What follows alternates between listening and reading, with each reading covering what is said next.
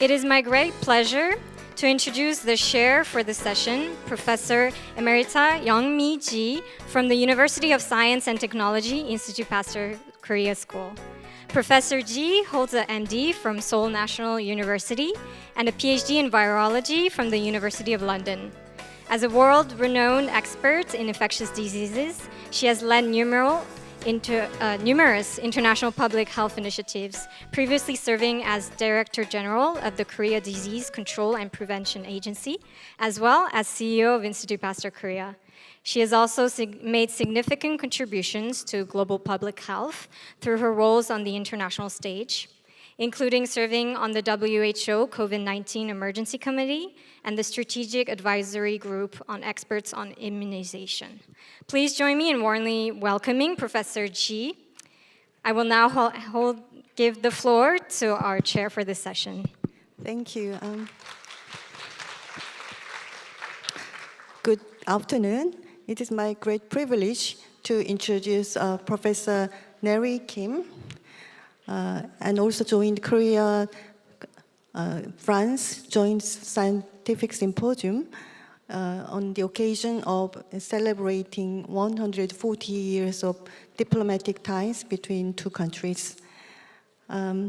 So our afternoon speaker for the plenary is Professor Narry Kim. Actually, Professor Kim does not need introduction. She's very well-known professor in Korea. But I will just briefly introduce. Professor Kim is a professor in the School of Biological Sciences at Seoul National University and founding director of RNA Research Center at the Institute for Basic Science. She graduated from Seoul National University and her PhD from University of Oxford, where she studied lentivirus and gene delivery. And she then pursued postdoctoral training in Gideon Dreyfus Lab at the University of Pennsylvania, focusing on mRNA surveillance. In 2001, Dr. Kim returned to Seoul National University to establish her research group where she investigates RNA biology. Her lab has significantly advanced the understanding of microRNA pathways. Recently, her research has mapped cellular pathways critical for the delivery and regulations of mRNA therapeutics. She has been honored with numerous prestigious awards, and her talk today is mRNA control, insight from viruses and implications for medicine. So please welcome Professor Kim with a big applause.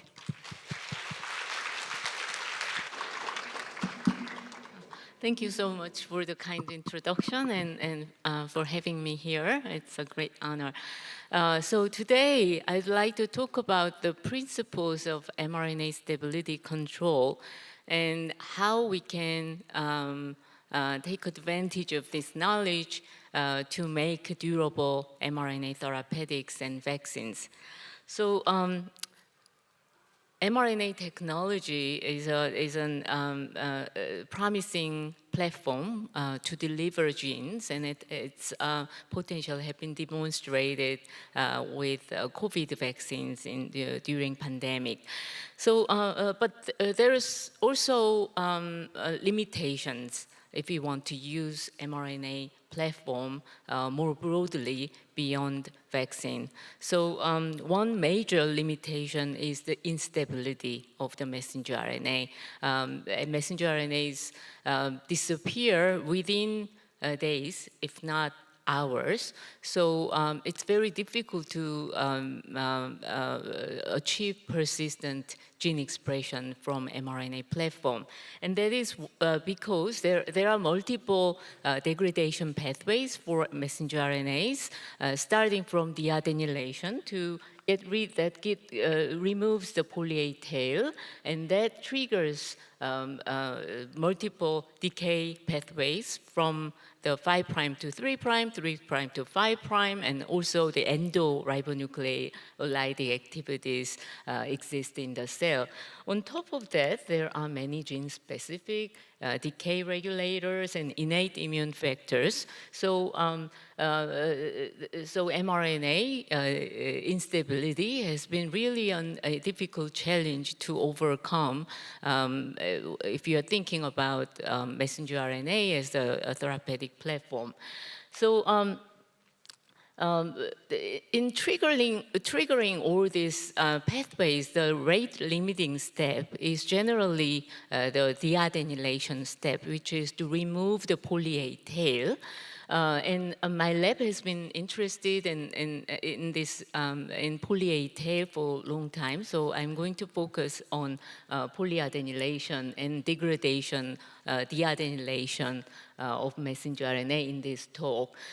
So poly-A tail is important because it binds to poly-A binding protein, which serves as a translational initiation factor, as well as serving as a block for deadenylation complex. Once it is removed down to 25 nucleotides, poly-A binding protein cannot bind to this poly-A tail anymore, and that triggers the downstream degradation.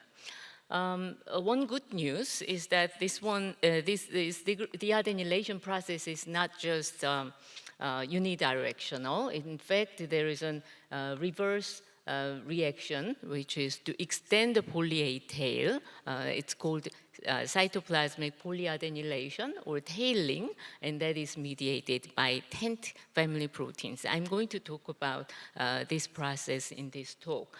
So about more than 10 years ago, I was having lunch with my graduate students in the cafeteria, and we were casually talking about RNA modifications, and we started to talk about is there any other types of tails beyond poly-A tail? I mean, messenger RNAs do have poly-A tail, we all know that, but is there any other types? It's hard to know because no one really sequences the 3' end of RNA. Everyone is interested in the body of messenger RNA. So we decided to set up a method. We thought that's simple, but in the end, it took many months and years to complete. So this method called tail-seq was to sequence the very 3' termini of RNA. And so this is showing the examples of the sequencing reads from this method. So we could sequence the very end of the messenger RNA, including the poly-A tail. So we can determine the length of poly-A tail, as well as look at the sequences within the poly-A tail. And from this, we were excited to find some interesting modifications like uridylation. U's are added at the end of the poly-A tail. And we later found that this increases the decay rate. But we found additional type of modification, which was even more interesting, that is guanylation. G's are added to messenger RNA. So we were curious about this finding. And this kind of non-canonical type of poly-A tail indicates that poly-A tails are not so purely poly-A tail, and they are not so boring, and they actually contain some interesting sequence information within the tail, or 3' end, determining the fate of messenger RNA. So this tail can actually wag the dog, and this and determines the fate of the messenger RNA. So in this talk, I'm going to talk about mainly guanylation to find out what are the functions of this non-canonical tail.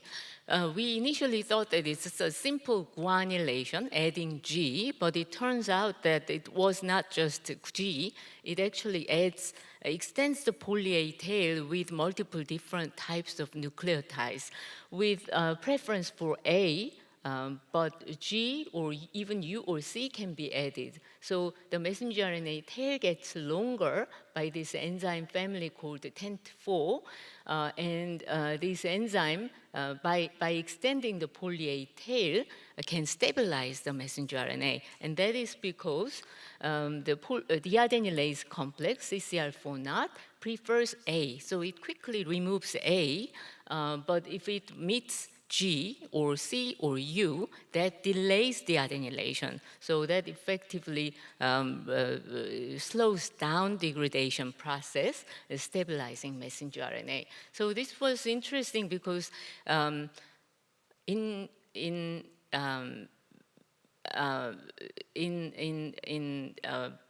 vertebrate, at least vertebrate cells, the negative control is widespread. There are multiple types of negative regulation at the post-transcriptional level, but the upregulation is very rare. And this shows an example of activating genes at the RNA level. This finding was made in HeLa cells, so we started to look for biological context where this process is important, and later found that by collaborating with Kwang-Seok An and Gung Jung's lab, some viral RNAs are extensively mixed-tailed.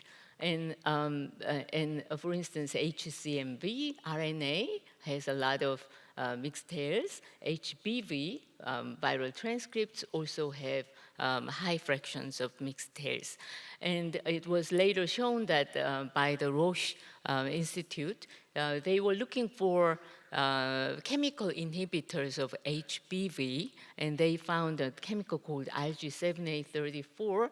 It turned out that this chemical was a direct inhibitor of TENT4, directly binding to the catalytic site of these enzymes. So obviously, mixed tailing is important for the replication of these viruses. So we thought this is interesting, so let's look at the molecular mechanism. And we mapped the cis-acting elements that determines the mixed tailing frequency, and found that a small stem lobe with a CNGGN pentalobe, like CNGGN, from HCMV, HBV, also Uchok HBV, and Lee group found hepatitis A virus also has a similar motif, and that determines mixed tailing. And how it works is that the CNGGN pentaloop interacts with an RNA binding protein called ZCCHC14, and this protein interacts with TENT4 to recruit this enzyme to induce mixed tailing, which in turn stabilizes the RNA. And that's how these viruses stabilize their own RNA.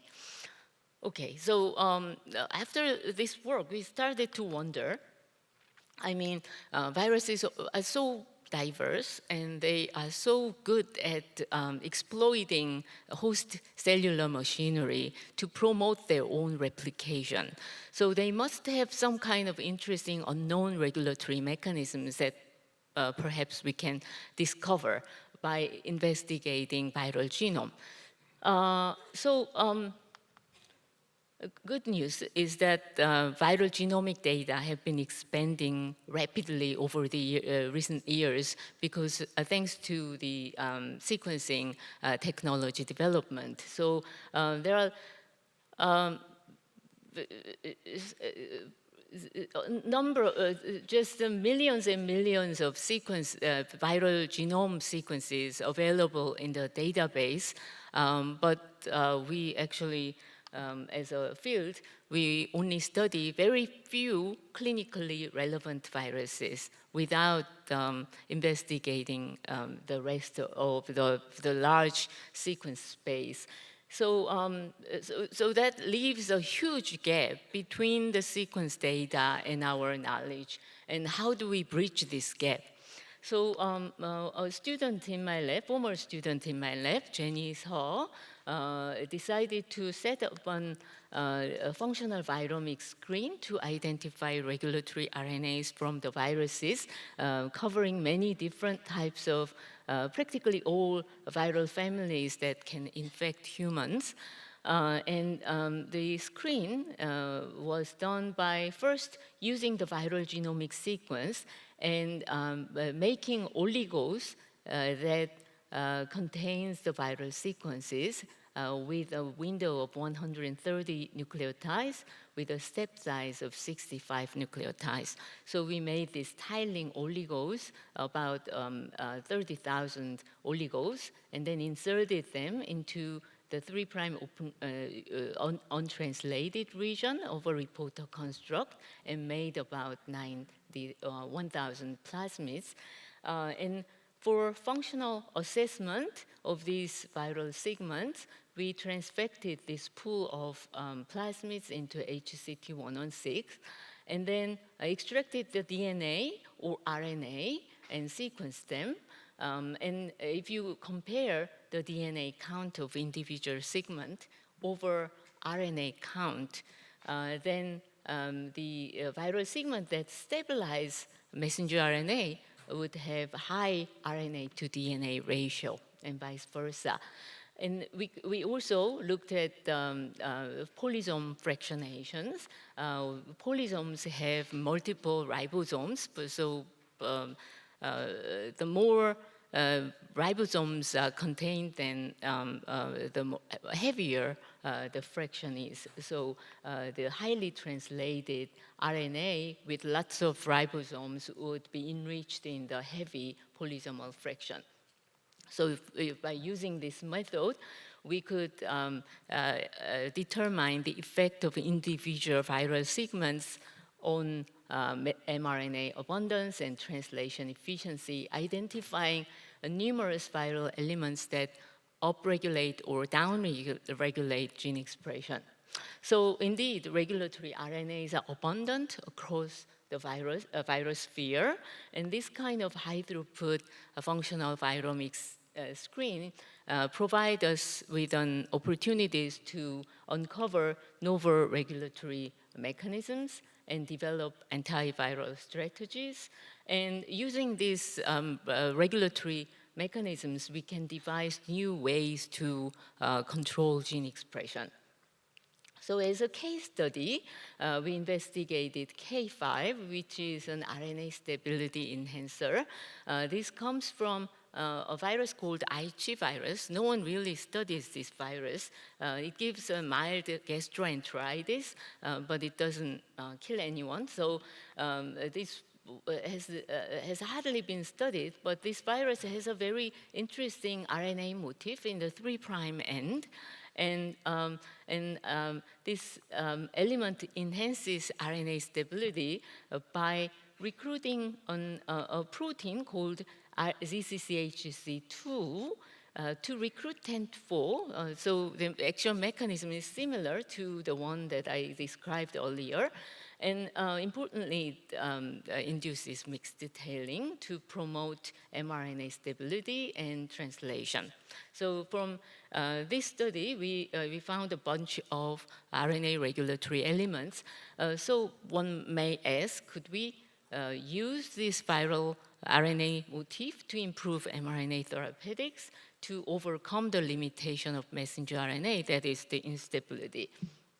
So we tested the idea by generating a reporter construct, reporter RNA, with K5, along with alpha globin 3' UTR used for Moderna mRNA vaccine, and compared.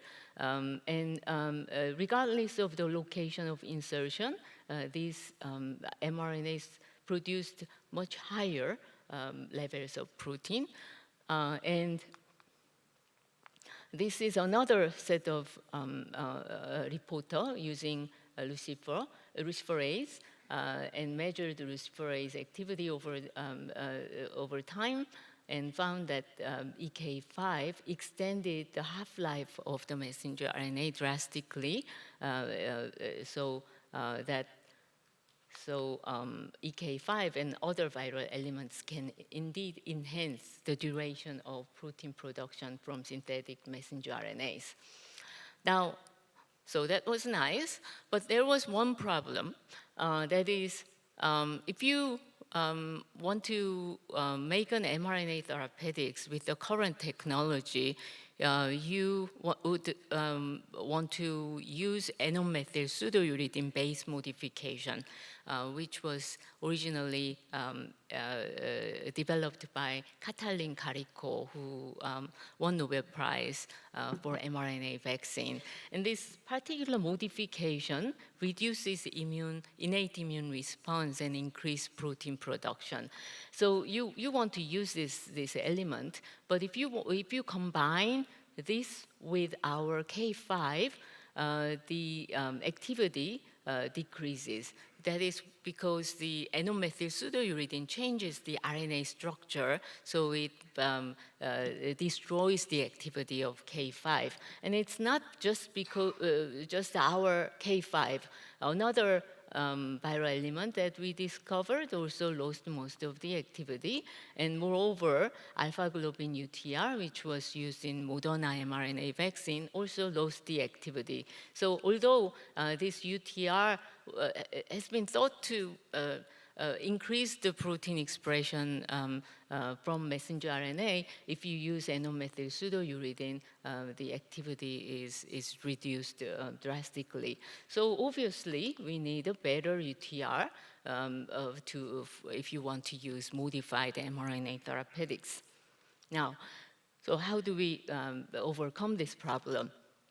We recently expanded the viromic screen by increasing the phylogenetic diversity. So we have now many more vertebrate infecting viruses covering 326 genera. And from this new screen, using about almost 200,000 tiles, we performed a two-layered screen.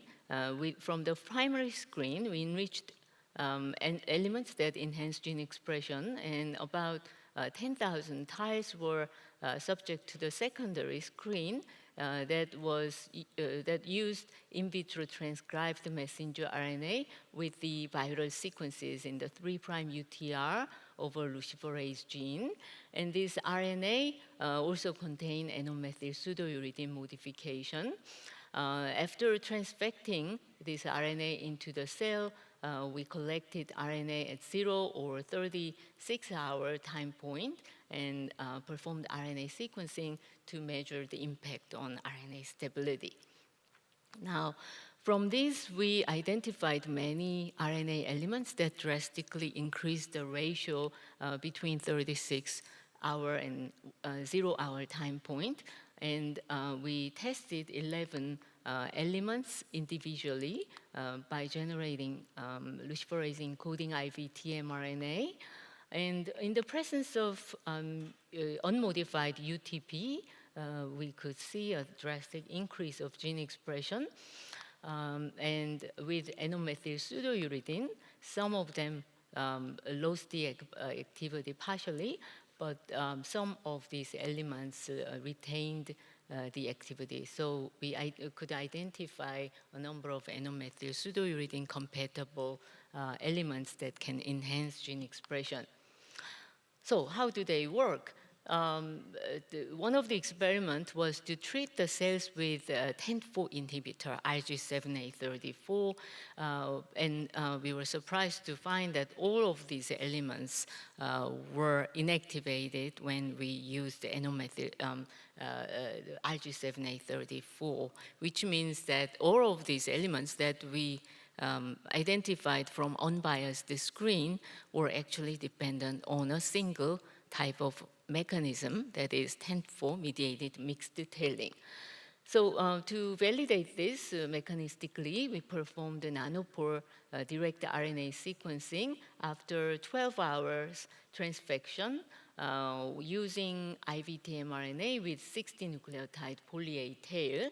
So after 12 hours, the poly-A tail gets slightly shorter with the control.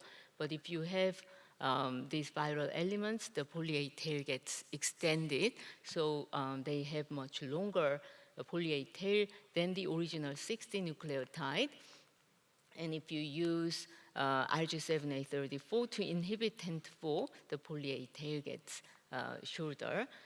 So that indicates that all of these elements basically work by recruiting TENT4 to induce mixed detailing and thereby stabilize the RNA. We decided to call these elements as tailons.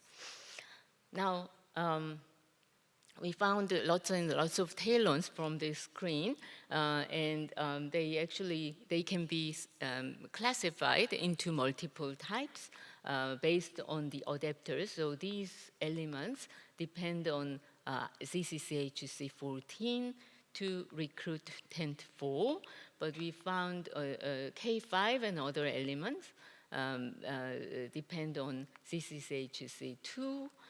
We have a bunch of other elements that seem to be using different types of adapter to recruit the same enzyme. And these elements come from very different viruses, some from DNA viruses, some are coming from RNA viruses. So these viruses are likely to have evolved independently from each other, indicating that this is a type of extensive convergent evolution.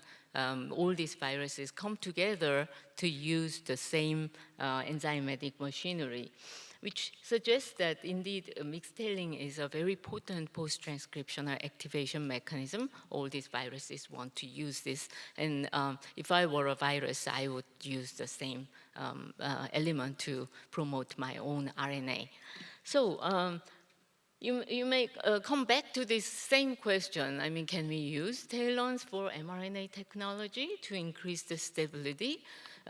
We tested this by using the new tailons, and indeed, this is with N-methyl pseudouridine.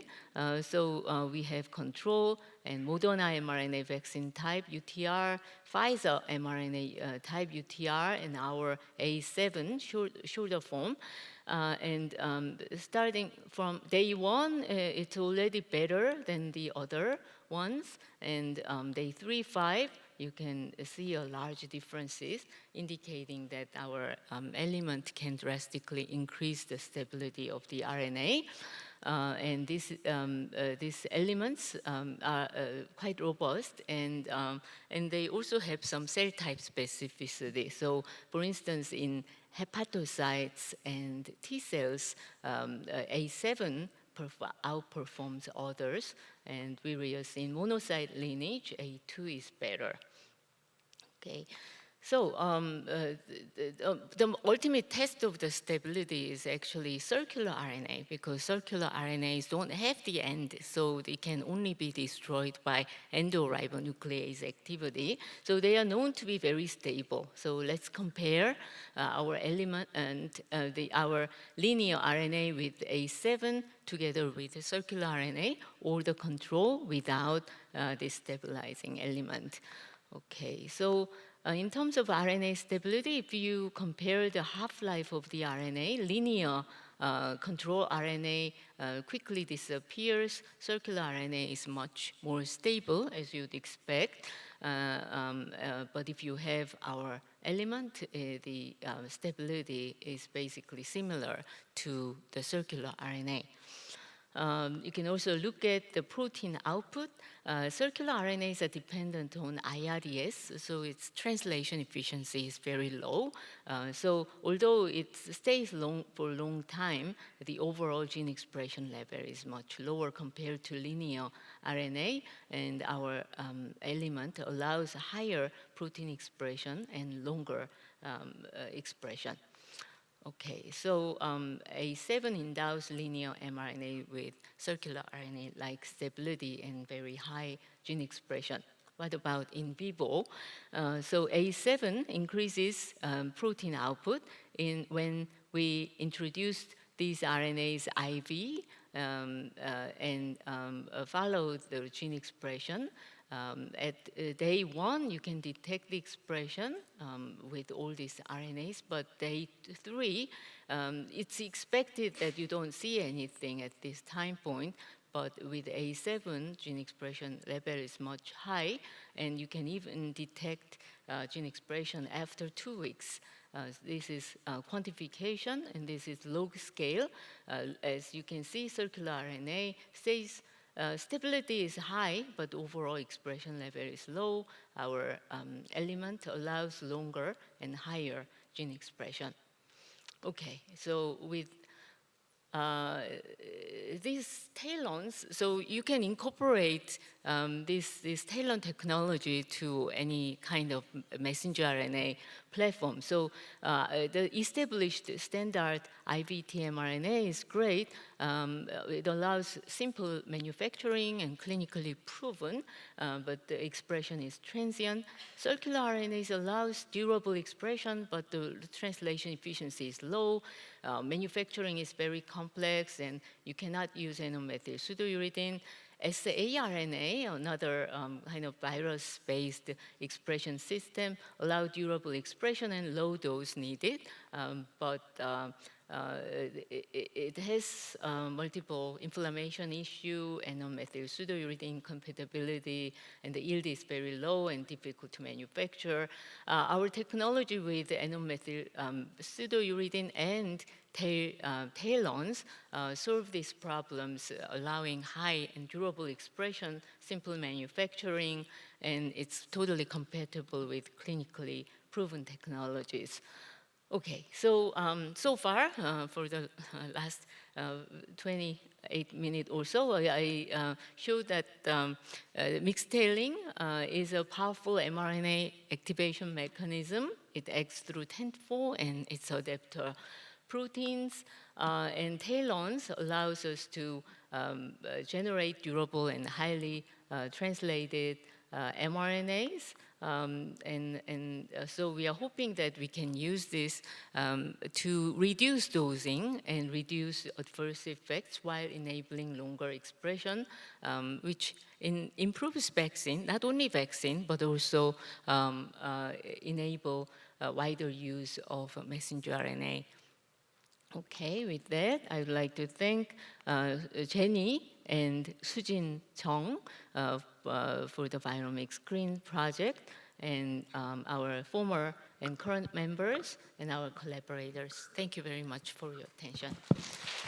Thank you very much, Professor Kim, for very inspiring and insightful lecture, especially after we witnessed the critical importance of research preparedness during the COVID-19 and also with current ongoing Ebola outbreak in DRC.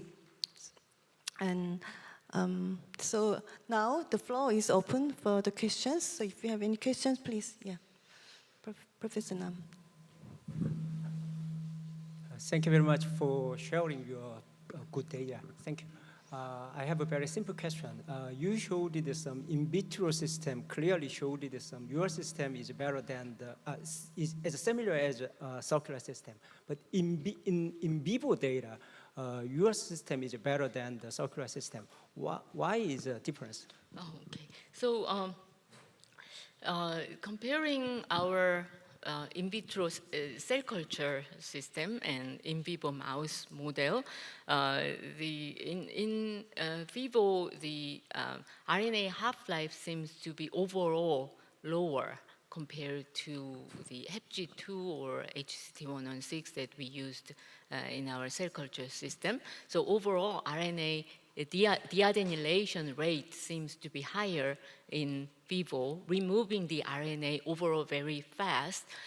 So the difference between the control RNA and our element seems to be higher, bigger. And the other reason is that the circular RNA, the translation rate is lower, much lower compared to linear RNA, which depends on the cap-dependent translation. Circular RNA requires IRES, and IRES activity is much lower. So although circular RNA is indeed almost as stable, as stable as our RNA, the translation rate is very low. So that's why we have much higher gene expression with our RNA. Any further questions?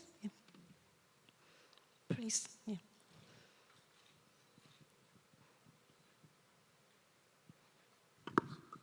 Hey, Narry, great.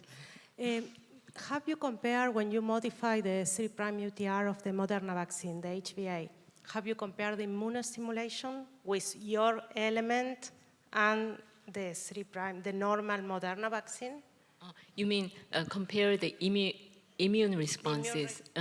Right, so our elements don't induce any inflammatory responses.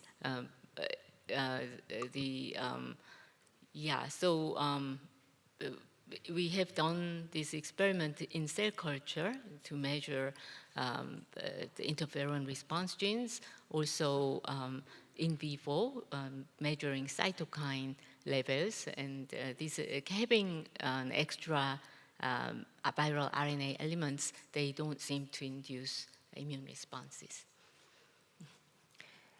Any more questions? Oh, Please. just quick question about the K5 and K7. Do you see like a difference in terms of the polysome profile? The ribosome entry. Do you see more of this ribosome? Do you see a ribosome stalling or not at all? Right. So we don't.